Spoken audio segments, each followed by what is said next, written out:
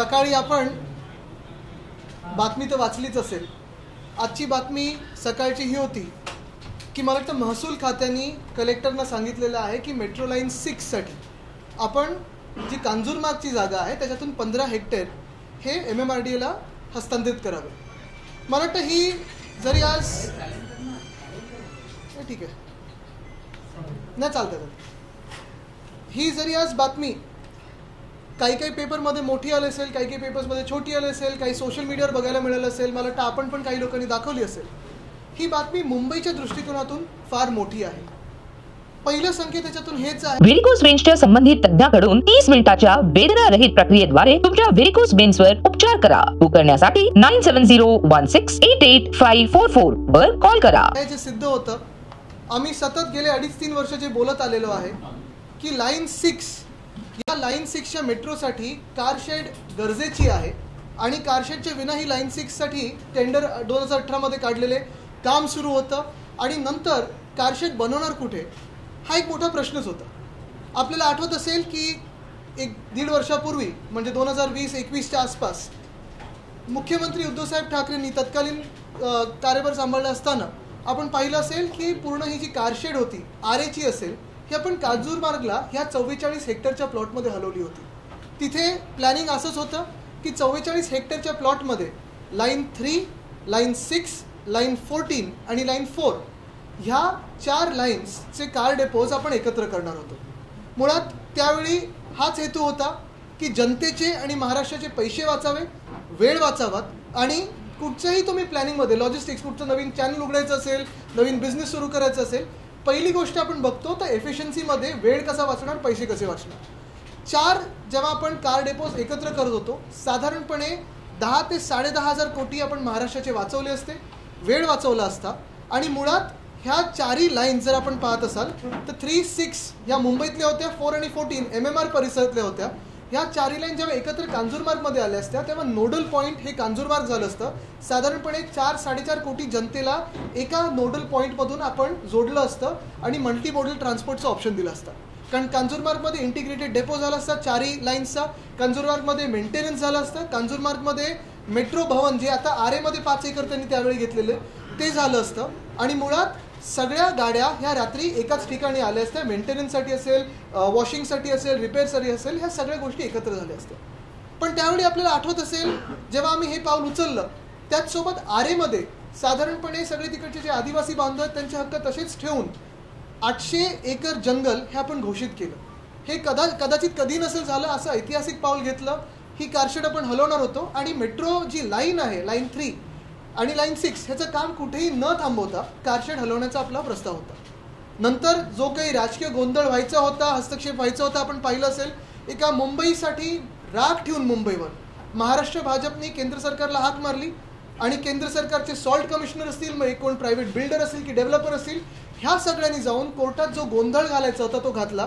अक्षरशः हे काम 2 वर्ष बंद ठेवलं आमचं सरकार पाडेपर्यंत आणि मुळात मुंबईकरांना ह्या इंटिग्रेटेड डेपोपासून वंचित ठेवलं. मुंबईकरांचे पैसे हे उडवतील कसे ह्याच्यावर लक्ष ठेवलं. सरकार बदललं. सरकार बदलल्यानंतर हे घटनाबाह्य सरकार जेव्हा बसलं तेव्हा पहिला निर्णय ह्या गद्दार सरकारचा हाच होता की मुंबईवर वार करणं आणि आरेमध्ये पुन्हा एकदा कार डेपो नेण्याचा ह्यांनी प्रयत्न केला आणि कदाचित ते यशस्वी ठरलेले आहेत. आंदोलनं झाली, काही लोकांनी बाहेर आंदोलनं केली. बरं, त्यावेळी ज्यांनी आंदोलन केलेलं 2018-19मध्ये त्यांच्या सगळ्यांच्या केसेस, जास्तीत जास्त लोकांच्या केसेस जिथे अडचण नव्हती तांत्रिक, ते आपण मागे घेतलेल्या महाविकास आघाडी सरकारने. पण आज आपण बघतोय की पुन्हा एकदा बाहेर आंदोलन चालतं. तिथे आरेमध्ये अजूनही झाडं कापण्याचे प्रयत्न आहेत. मला वाटतं आत्ताच मी एक बातमी अजून एक वाचत होतो की MMRCL goes back on it's words आणि अजून 84 झाडं कापण्याचा त्यांनी प्रस्ताव हा सुप्रीम कोर्टला सांगितलेला आहे. ही बातमी आहे 10 नोव्हेंबर 2022ची. असंच जर आपण पाहिलं असेल तर ह्या सगळ्या बातम्या आज आलेल्या आहेत कारशेडसाठी मार्ग मोकळा. पण हे सगळं होत असताना माझा मुळात प्रश्न हाच आहे ह्या घटनाबाह्य सरकारकडे की एवढा राग तुमचा मुंबईवर कशासाठी आहे? डोळा नक्की कशावर आहे?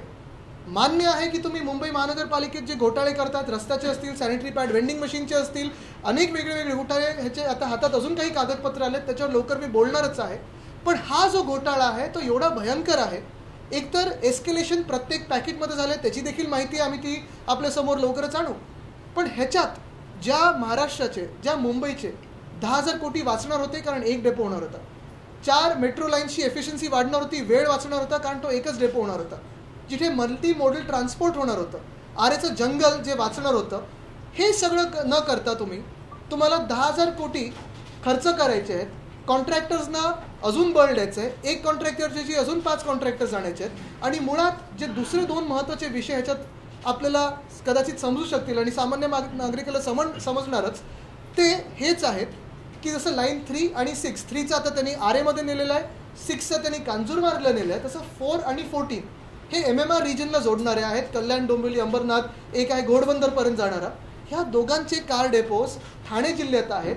आणि सध्याचे घटनाबाह्य मुख्यमंत्री, तत्कालीन जे UD मंत्री आहेत, त्यांचं ह्याच्यात किती हात होता मला माहीत नाही. पण आता हे जे कार डेपोजचे ॲक्विजिशन होणार आहे ते काय किमतीला होणार आहे, कोण मध्यस्थी आहेत का, कोणाच्या नावावर 7 बारे आहेत, कुठच्या जमिनी घेणार आहेत, कोणाच्या मतदारसंघात जमिनी घेणार आहेत, हे सगळे प्रश्न येतात. आणि जसा हा एक महत्त्वाचा प्रश्न राहतो, तसा दुसरा महत्त्वाचा प्रश्न हाच राहतो की ही जे सरकार बदललं गेलं, आमचं सरकार पाडलं गेलं, ते सरकार पाडल्यानंतर आपण पाहत असाल जी सुप्रीम कोर्टात केस सुरू होती ती केस आता बंद झालेली आहे. पार्टीज जे लिटिगेंट्स होते त्यांनी माघार घेतलेली आहे. मग आता नक्की ही जमीन कोणाची आहे? ही केंद्र सरकारची आहे, सॉल्ट कमिशनरची आहे, कुठच्या प्रायव्हेट बिल्डरची आहे, कोणाची ओनरची आहे की राज्य सरकारची आहे? आणि हे जर असेल तर मग हे 15 हेक्टर देत असताना पहिली गोष्ट म्हणजे कॉम्पन्सेशन कोणाला देणार की नाही देणार, दुसरी गोष्ट म्हणजे केंद्र सरकार ह्याच्यात हस्तक्षेप करणार की नाही करणार. कारण मुळात हा मेट्रो 3चा पण प्रोजेक्ट केंद्र सरकार तेवढंच भागीदार आहेच. तिसरी गोष्ट आणि सर्वात महत्त्वाची गोष्ट हीच राहते की ह्या 44 हेक्टरमध्ये म्हणजे 108 एकरमध्ये ही 15 हेक्टर जागा आता सांगितलेलं आहे की मेट्रो 6साठी काढून देणार आहेत. पण इतर जी उरलेली जागा आहे ती बिल्डर मित्रांच्या घशात घालायला ठेवलेली आहे का, की नक्की ह्याच्यावर काय होणार आहे, ह्याच्यावर ह्या घटनाबाह्य मुख्यमंत्र्यांनी उत्तर देणं अपेक्षित आहे. कारण हा सरासर एक मोठा घोटाळा आहे. मुंबईचे पैसे वाया घालवणं, महाराष्ट्राचे पैसे अशीच उधळपट्टी करणं आणि जागेची असेल, वेळेची असेल, हे सगळं तुम्ही बघता नुसतं waste of time, waste of energy आणि वेस्ट ऑफ एव्हरीथिंग असं हे सरकार झालेलं. मुळात हेच प्रश्न महत्त्वाचे राहतात की बाकीची जागा कोणाला देणार. आणि दुसरं मग महाराष्ट्रावर एवढा राग ठेवून, जनतेशी खोटं बोलून आम्ही जेव्हा कारशेड इथे नेणार होतो तेव्हा केंद्र सरकारने असेल किंवा ह्या इकडच्या स्थानिक महाराष्ट्राच्या भाजपनी असेल, महाराष्ट्रावर असे वार का केले, पाठीत का खंजीर खुपसला, जेणेकरून ही जागा एवढे वर्ष महाराष्ट्राच्या अधिकाराची महाराष्ट्राला मिळाली. आदित्य, ये जब पूरा विवाद सामने था, फडणवीस लगातार आरोप लगा रहे थे कि ठाकरे इसे ईगो का मुद्दा ना बनाए, लेकिन अब खुद वो कांजूरमार्ग का जमीन ले रहे, मेट्रो ले. अब आपको लग रहा है उनका विरोध ईगो था, उनका इसने विरोध करे? ये उनका ईगो था या उनका जो मुंबई पे गुस्सा है, महाराष्ट्र पे गुस्सा है, एक मन में कोई चिढ़ है. अगर आप देखें तो जैसे पिछले 9 महीनों में 5 अलग अलग प्रोजेक्ट्स अलग अन्य राज्यों को दिए गए हैं. अगर आप देखें तो किसान के हाल बहुत ही बेकार है, महिलाओं पे अत्याचार बढ़ते जा रहे हैं. वैसे ही अगर आप देखें तो इस समय भी जो आज बातमी मैंने पढ़ी, आज जो मैंने न्यूज़ पढ़ी है, उसमें साफ तौर से ये लिखा गया है कि जो कांजूरमार्ग की जगह है, जो प्लॉट है, जो हम मेट्रो लाइन 3, 6, 4, 14 इसको देने वाले थे ताकि वहाँ एक इंटीग्रेटेड कार डेपो बने. यही अभी जो लिटिगेशन में थी, इतने दिनों से केंद्र सरकार के लिटिगेशन था, कोई प्राइवेट बिल्डर का लिटिगेशन था, सारे लिटिगेशन अभी ख़त्म हो चुके हैं जैसे कि कोई जादू हुई. और वहाँ उस 44 हेक्टेयर के प्लॉट में लगभग 15 हेक्टेयर मेट्रो लाइन 6 की कार डिपो के लिए दिया जा रहा है. तो फिर क्या ये लिटिगेशन कैसे ख़त्म हुआ, ये ज़मीन किसकी है, लिटिगेशन क्यों हुआ था, कि लिटिगेशन के पीछे कोई महाराष्ट्र भाजपा का आदमी था, क्यों किया गया है, क्यों इतना महाराष्ट्र को सताया गया. और सबसे अहम चीज़ यही रहती है कि ये 15 हेक्टेयर अगर मेट्रो लाइन 6 के लिए दिए जा रहे हैं तो फिर जो अन्य बची हुई लैंड है, जो ज़मीन है, वो किसको दी जाएगी. कोई बिल्डर मित्र है इनके, जो कॉन्ट्रैक्टर मित्र है इनके हिसाब से जो सरकार चलती है उनको दी जाएगी, या इस पे कोई पब्लिक इंटरेस्ट का प्रोजेक्ट आने वाला है. एक मिनट, तो क्या इसको लगता है कि पॉलिटिकली जानबूझ के उस समय जो अटकाया गया था, आज किसी न किसी किकबैक को इसमें रखा जा रहा है? ये बात मुझे लगता है पॉलिटिक्स से बढ़कर है, क्योंकि पॉलिटिक्स में अगर आप देखें तो लोकशाही, लोकतंत्र जो होता है वो चुनाव के बारे में होता है, हर काम जो होते हैं वो दिखाना चाहते हैं. ये पॉलिटिक्स नहीं है, ये शायद महाराष्ट्र भाजपा का महाराष्ट्र पे जो एक गुस्सा है उसी के बारे में है. नहीं तो आरे में जंगल काट के ऐसे काम नहीं होते. पूना में रिवर फ्रंट डेवलपमेंट को जो विरोध आ रहा है उसको विरोध को बाजू में रख के रिवर फ्रंट डेवलपमेंट जैसे मुला मोटा को कॉन्क्रिटाइज किया जा रहा है, या विटाल टेकड़ी का विषय हो, ये सारे विषय वो जनता की सुनते, ना कि खुद की. क्या ठेकेदारों को फायदा पहुंचाने के लिए सब कुछ किया जा रहा है? अभी ठेकेदार कौन है, बिल्डर कौन है और इनके दोस्त कौन है, या सरकार कौन चला रहा है? मुझे लगता है सब साथी में बैठे हुए, कोई फरक दिख ही नहीं रहा है. असं पण एक प्रश्न असा आहे की ज्यावेळेस सरकार आलं त्यावेळेस पहिल्या कॅबिनेटला हा निर्णय घेतला होता आणि काही प्रश्न उपस्थित केला होता की कांजूरमार्गची जागा घेण्यामागे काहीतरी महाविकास आघाडीचा वेगळा हेतू आहे का? आता सरकार सुद्धा तीच जागा घेताना पाहायला मिळते. हा राजकीय निर्णय असू शकतो की काही मागे आणखी काही बघा, एक आहे लॉजिकल निर्णय जर आपण पाहिला असेल तर कांजूरमार्गच्या मागे एकच प्रश्न होता की आरेचं हलवणार कुठे. आता माझ्याकडे एक रिपोर्टचं पण माझ्याकडे एक पान आहे, ते पूर्ण रिपोर्ट पाहिजे तर तुम्हाला नंतर देईन. पण हे 2015चं एक रिपोर्ट आहे, त्याच्यात दिलेलं आहे कमिटी फर्दर रेकमेंड्स. हे 2015चं त्यावेळेचं दाखवते मी मार्क करून. Committee further recommends that in case the land at Kanjurmarg is not available for some reason a modified layout of full service double decker depot Aarey colony suggested. त्याच्यात त्यांनी सांगितलं की 750 कोटींनी कॉस्ट वाढणार, कारण अंडरग्राऊंड अजून 1 किलोमीटर खेचायला लागणार, डबल डेकर करायला लागणार, डबल डेकर कार डेपो. ह्याच्यात कॉस्ट एस्केलेशन आणि तेव्हा सांगितलेलं the option एंटेल्स a substantially smaller impact of only 446 trees. 446 झाडांचं आता झालेलं आहे काय, 3000-4000 झाडं कापली असतील, जे काय कापली असतील. पण मुळात विषय हाच राहतो की ज्या जमिनीवर जाताना आपण पाहिलं असेल कांजूरमार्गची जेव्हा आमचा क्लेम होता महाराष्ट्र सरकारचा, आणि आता पण कदाचित तेच क्लेम करतील, स्वतःची जमीन असताना 1 रुपया देण्याची गरज नव्हती. बरं, कोर्टात आम्ही हे पण सांगितलेलं की जर का हा सिव्हिल डिस्प्यूट सिव्हिल केसमध्ये चालला आणि कोर्टाने ठरवलं की केंद्र सरकारची जागा आहे, तरी आम्ही जे काही 2-2.5 हजार कोटी आहेत ते द्यायला तयार आहोत, कारण त्याच्यात आरेचं जंगल वाचतंय. 1436 ह्या 4 डेपोज बनवण्यासाठी जो खर्च आहे आणि 4 डेपोज अक्वायर करण्यासाठी जो खर्च साधारणपणे 10,000 कोटीचा 2 वर्षापूर्वी येत होता, तेवढे पैसे वाचत होते आणि सगळं एकत्र येत होतं. बरं, ह्याच्यात अनेक वेगळे हा जो निर्णय घेताना अभ्यास झालेला, म्हणजे सिस्ट्रा जी कंपनी आहे त्यांचा पण रिपोर्ट आहे माझ्याकडे, तत्कालीन रिपोर्ट आहे की कसं ह्या सगळ्याच लाईन्सचं ट्रॅक सिस्टम सेम आहे, सिग्नलिंग सेम आहे, ओव्हरहेड वायरिंग सेम आहे, बोगीज सेम आहेत, सगळं सेम आहे, नुसतं कुठेही जोडलेलं नव्हतं. आपण पाहत असाल एका ह्याच्यावर आणल्यानंतर, एका मार्गावर आणल्यानंतर साधारणपणे कितीतरी कोटी आणि MMR रिजन मधले कितीतरी कोटी लोक आपण एका पॉइंट पासून जोडले असते. एक मिनिट, हे करून येतो, तोच विषय आहे हे करून येतो.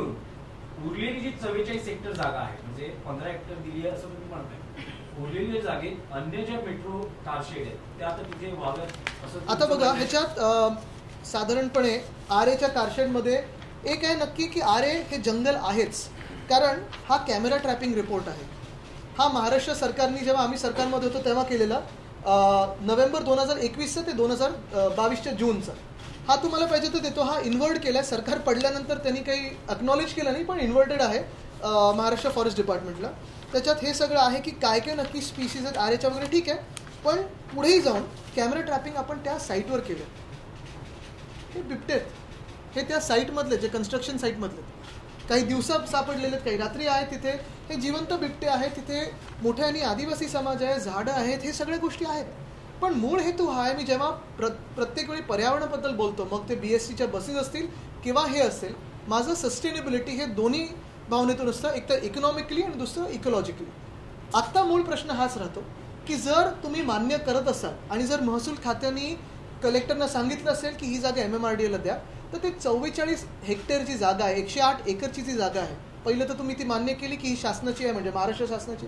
दुसरं जे लिटिगेशन उगाचचं केंद्र सरकारने टाकलं असेल, सॉल्ट कमिशनरनी किंवा प्रायव्हेट बिल्डर जो कोणी यांनी उभा केला असेल, ते मागे गेलेलं आहे, म्हणजे जागा आता मोकळी झाली. त्या 44 हेक्टरमध्ये 4, 14, 3 आणि 6, 6 आणि 3 ह्या 4 लाईन्सचा इंटिग्रेटेड डेपो का नाही व्हावा? ह्याच्यात पैसे वाचणार आहेत, वेळ वाचणार आहे. आणि अजून एक तुम्हाला सांगतो, प्रत्येक रिपोर्टमध्ये, आणि हे तुम्ही साधं कॅल्क्युलेशन लावा, आरेची जी जागा आहे कार डेपोची, ही साधारण 2035 पर्यंतच आपल्याला पुरेशी राहणार आहे. त्यानंतर जो पॉप्युलेशनचा रेशो घेतला आहे, त्यांनी गाड्यांमधला हेडवे टाईम घेतलेला आहे साधारण 1.25 मिनिटाचा की 1.5 मिनिटाचा, ती जागा आपल्याला पुरेशी राहणार नाही आहे. आपल्याला ती जागा बदलायला लागणारच आहे. मग उगीच जास्तीचा खर्च कोणाला, अधिकचा खर्च कशासाठी करतोय आपण? कॉन्ट्रॅक्टर्सना का बेनिफिट देतोय आपण?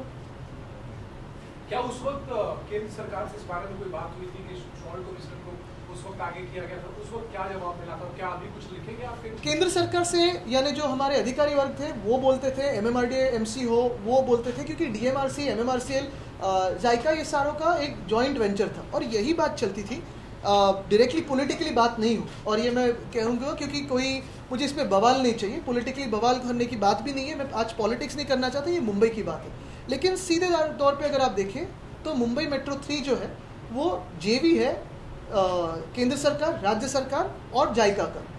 इसमें अगर केंद्र सरकार की जगह होती तो भी वहाँ बनने में कोई तकलीफ नहीं है, राज्य सरकार की जगह हो तो भी तकलीफ नहीं, क्योंकि ये देश तो हमारा ही है, किसी दूसरे देश में तो जाके नहीं बना रहे। लेकिन देवेंद्र ने फडणवीस हमेशा ये बोलते हैं कि आपकी जो सरकार थी उसमें मेट्रो बनने नहीं दी गई, बहुत डीले किया गया। आपको ये कहना है, ये क्लेम करना है कि उनकी तरफ से ये डीले हुआ है कि नहीं, एक बात है कि अगर आप देखें तो बीच में भी जो मेट्रो का इनॉग्रेशन हुआ था, मुझे लगता है 7 और 2B या कुछ, वो मेट्रो हो या मेट्रो लाइन 3 हो या कोई भी अन्य मेट्रो हो, अगर आप देखें तो हमारे काफ़ी सारे आप ही के साथ विजिट्स हुए, तो CM उद्धव साहब थे, मैं भी था। मेट्रो लाइन 3 हो, 2 हो, 2B हो, 7 हो, ये सारे जो लाइंस है वो हमारे समय पे भी, कोविड के टाइम पे भी इसका काम जारी था। रुका था तो सिर्फ कार डेपो रुका था, कोई मेट्रो लाइन रुकी नहीं थी, क्योंकि अगर वो रुकती थी तो वो 2-3 महीनों में पूरी बना के इनॉग्रेशन नहीं कर पाते। ये जो प्रोग्रेस है वो सामने है, उनकी ट्विटर टाइमलाइन देखे, हमारे ट्विटर टाइमलाइन देखे, आप भी साथ में थे। एक सवाल जो फडणवीस ने जो ट्वीट किया, उस समय में जो ट्वीट किया था और कहा था कि सिर्फ सरकार ईगो के चलते पैसे बढ़ा रही है, इस पर कॉस्ट बढ़ा रही है, ये आरए में होता तो उतना एक्सटेंशन जो होता है वो नहीं होता और पैसे कॉस्ट एस्केलेशन। अभी जो उन्होंने कॉस्ट एस्केलेशन की बात करी है, मैं उनको सिर्फ यही कहूँगा हम्बली कि उसमें ना जाए, क्योंकि हमारे पास काफ़ी सारे डॉक्यूमेंट्स है कि कॉस्ट एस्केलेशन कब हुई, पैसा कब दिया गया, कौन से पैकेट में एस्केलेशन हुआ, मुझे उसमें जाना नहीं है, क्योंकि ये बात तो बनती है बिगड़ती है, कोई इंक्वायरी इन पर होने वाली नहीं है, क्लीन चिट तो मिलेगा ही मिलेगा। लेकिन यही बात है कि कॉस्ट एस्केलेशन कब हुई थी, ये अगर जानना जरूरी होगा तो सितंबर 2019 के पहले हुई थी। बट उसमें एक ही बात है कि ये जो मैं कह रहा हूँ, कांजूरमार्ग में अगर लाते तो जो एक्विजिशन अभी भी करना चाहते हैं, थाने जिला में हो, किसी के मतदार चुनाव क्षेत्र में हो, वो पैसा बच जाएगा, जो कॉस्ट है कंस्ट्रक्शन की वो बच जाएगी। और अगर आप देखें तो सारे ऑपरेशंस अगर एक प्लेस पे आए, आपके भी हेडक्वार्टर्स जो होते हैं वो एक ही प्लेस से चलते हैं। जो लिटिगेशन का आपने मुद्दा उठाया, अब क्योंकि सामने आप पीछे ले लिया गया, तो क्या उस समय एक साजिश के तहत इन लिटिगेशन को दायर किया गया ताकि आप लोग को ये काम को प्रोसीड न कर पाए? आपको लग रहा है ऐसा? ऐसे तो लगने लगा है। Aditya ji, now what is your demand? आपका डिमांड क्या है, मोटिव क्या है? आप चाहते हो कि अभी भी आपको आरए को सेव करना है, कि ये खाली बताना है कि हम सही थे, कांजूरमार्ग एक viable? I think the first thing is, if you look at what has come today in the newspapers, we've all read about 15 hectares of the Kanjurmarg land which was earlier in litigation after we had claimed that for Metro Line 3, 6, 4, 14. Today, the Revenue Department has written to the Government of Maharashtra's collector saying, please hand over this land to MMRDA for Line 6. Firstly, this vindicates a stand and makes it clear that this land always belonged to the Government of Maharashtra and is appropriate for a car depot. Line 6 was all the time coming along without a car depot, which is now having its car depot, and I believe that if we make 3, 6, 4, 14 together in one place, an integrated car depot will save almost 10,000 crores of land acquisition. Furthermore, cost that is escalating for construction, and it will make our operations of metro efficient and more timely. What is very crucial is in any such construction or any such project of national importance and public importance, we need to look at very practical measures to implement the project very swiftly, efficiently, saving time and money. That was our agenda. Today, these guys, the government, the unconstitutional government is not looking at a 50-year horizon. They're looking at 50 khoke, 50 khoke. They're not looking at helping the people, they're looking at helping the builders and contractors friend. So that is one. And the other is, out of the 44 hectares, only 15 hectares have been given to Line 6. What about the rest? Will it be shared with builder friends or contractor friends? आज एक political सवाल, दूसरा कि आज अमित शाह का मुंबई में दौरा है और वहाँ पर बीएमसी चुनाव या आसपास के जो चुनाव है उनको लेकर एक रिव्यू मीटिंग करेंगे, सीएम डीसीएम को साथ में लेकर के। इसको कैसे देखते हैं? और जो कि अमित शाह जब भी आते हैं तब उसके बाद कुछ महाराष्ट्र में राजनीतिक नहीं, आपने कहा अलग सवाल तो अलग जवाब मैं देना नहीं चाहता, क्योंकि एक ही है, जैसे मैंने कहा कि राजनीति तो चलती रहेगी, चुनाव आते रहते जाते रहते हैं। सबसे अहम बात यही रहती है कि जो हम चुनाव में प्रॉमिस करते हैं, वचन देते हैं कि लोगों की सेवा करेंगे, आज ये हम सेवा भाव से करना चाहते थे, मुंबई के लिए करना चाहते थे, लेकिन आज जो सरकार हमारे राज्य में बैठी है वो मुंबई विरोधी है, महाराष्ट्र विरोधी है, जनता पे उसका राग है, गुस्सा है, और वही गुस्सा इसी सारे अगर आप देखें तो उनके एक प्रोजेक्ट्स अगर आप देखें तो उसी में दिखाई दे रहे हैं। वो पूना का वेताल टेकड़ी हो या फिर मुंबई का आरे हो, फ़र्क कोई नहीं है। फ़र्क यही है कि अलग अलग लोकेशंस में है। एम यही है कि मुंबई का हो, महाराष्ट्र के किसी भी शहर में जो पर्यावरण है उसकी हानि हो, जनता को तकलीफ हो, ताकि जनता यहाँ से निकले और कहीं अन्य राज्य में जाए। आप चाहते हैं कि कांजूरमार्ग में ही कार शेड बने, जो पूरा 44 हेक्टेयर का लैंड है वो पूरा कार शेड के लिए इस्तेमाल हो, और जो आगे में कार शेड बन रहा है वो शिफ्ट किया जाए कांजूरमार्ग में? देखो, चाहता तो मैं बहुत कुछ हूँ। चाहता तो ये भी हूँ कि जिस विधायक ने पुलिस स्टेशन में जाके गोलीबारी की, जो गोली चलाई, उसको अरेस्ट हो। कोई कायदे से कानून से अगर राज्य चलता हो तो वो हो। रोशनीताई शिंदे के पेट में जिसने लात मारी, उन पे कोई कार्रवाई हो। चाहता तो ये भी हो कि किसानों को मदद हो। चाहता तो ये भी हो कि वेदांता फॉक्सकॉन हो वो वापस आए, एयरबस टाटा हो या मेडिकल डिवाइस पार्क, बल ट्रक पार्क हो। और वैसे ही चाहता हूँ ये भी हो कि कांजूरमार्ग में जो हम 4 डेपो साथ में लाना चाहते थे वो एक साथ ही आए, क्योंकि ये कोई मेरा प्रोजेक्ट नहीं है। ना मैं कॉन्ट्रैक्टर हूँ, ना मेरी उधर 1 इंच की ज़मीन है, कोई मुझे फ़ायदा नहीं होने लगा। लेकिन अगर मुंबई कर के हिसाब से मैं सोचूं तो मेरा फ़ायदा यही है कि मेरे शहर का पैसा बचता है, मेरे राज्य का पैसा बचता है, मेरे वक्त बचता है, और इंटीग्रेटेड डेपो में ये एफिशिएंसी बढ़ जाएगी।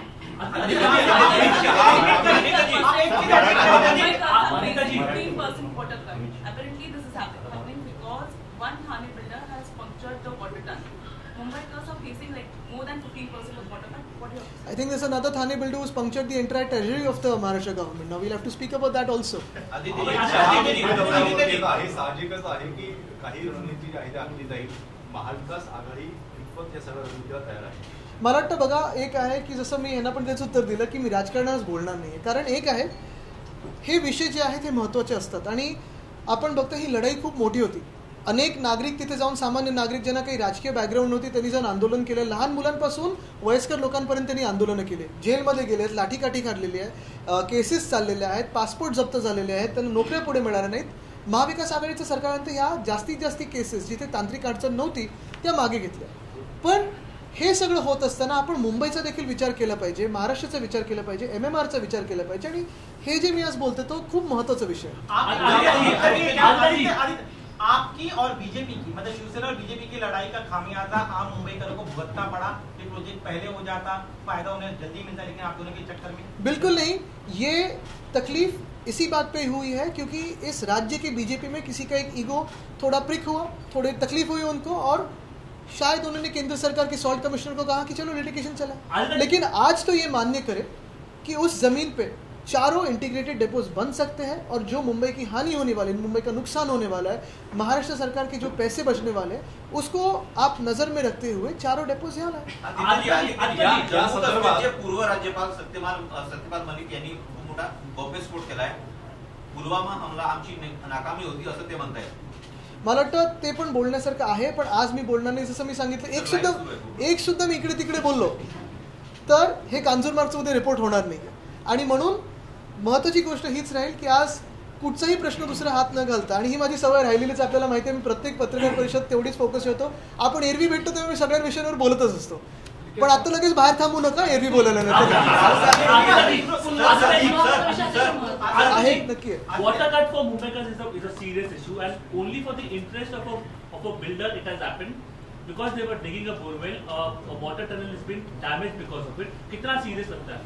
मैंने यही कहा अभी कि बिल्डर्स और कॉन्ट्रैक्टर्स की सरकार है, उन्हीं का चलता है. तो जनता को जो तकलीफ होती है वो तो पकड़ी नहीं जाती, क्योंकि बिल्डर्स को कोई तकलीफ ना हो, और वो भी बिल्डर्स सारे नहीं, इनके जो दोस्त हैं, इनके जो मित्र हैं, उनके लिए सब कुछ चल रहा है. हमने अभी भी कहा, पहले भी करते हैं कि जिस चीज का प्रेस कॉन्फ्रेंस करते उसे बोलो, क्योंकि हमारा काम है पूछेंगे. उत्तर प्रदेश में अतीक अहमद जो कि माफिया था, उसके बेटे का एनकाउंटर हुआ है. अलग अलग पार्टीज ने मुख्तलिफ राय दी है कि एनकाउंटर सही है, गलत है. आपकी पार्टी का, आपका इस पर क्या राय है एनकाउंटर? नहीं, मैं यही कहूँगा कि मुंबई में जो पर्यावरण का खात्मा करे जा रहे हैं, उसी पे बात करूँगा. तो मैं होगा आदित्य जी, केजरीवाल को कल बुलाया गया, एक सिटिंग चीफ मिनिस्टर बुलाया जा रहा है, आप कैसे देखते हैं? आप लोग लगातार के विपक्ष को टारगेट किया जा रहा है आज. यही चलो, थँक यू. ठीक आहे, आज पहिलं मेट्रोवर बोलूया, कारण हा महत्त्वाचा विषय. आणि माझी खरोखर तळमळ समजा, हे जे प्रश्न मी मार्गी लावत होतो हे जेन्युनली लावत होतो, आणि प्रत्येक प्रोजेक्टमध्ये मुंबईकरांचा आणि महाराष्ट्राचा पैसा कसा वाचेल, वेळ कसा वाचेल ह्याच्यावर लक्ष देऊन होतो. आज तर सिद्ध झालेलं आहे. आणि जर हे नसेल तर नक्की जागा कोणाची आणि ती बाकीची जागा देणार कोणाला, हा एक मोठा प्रश्नच आहे. विकासाचा ध्यास म्हणजे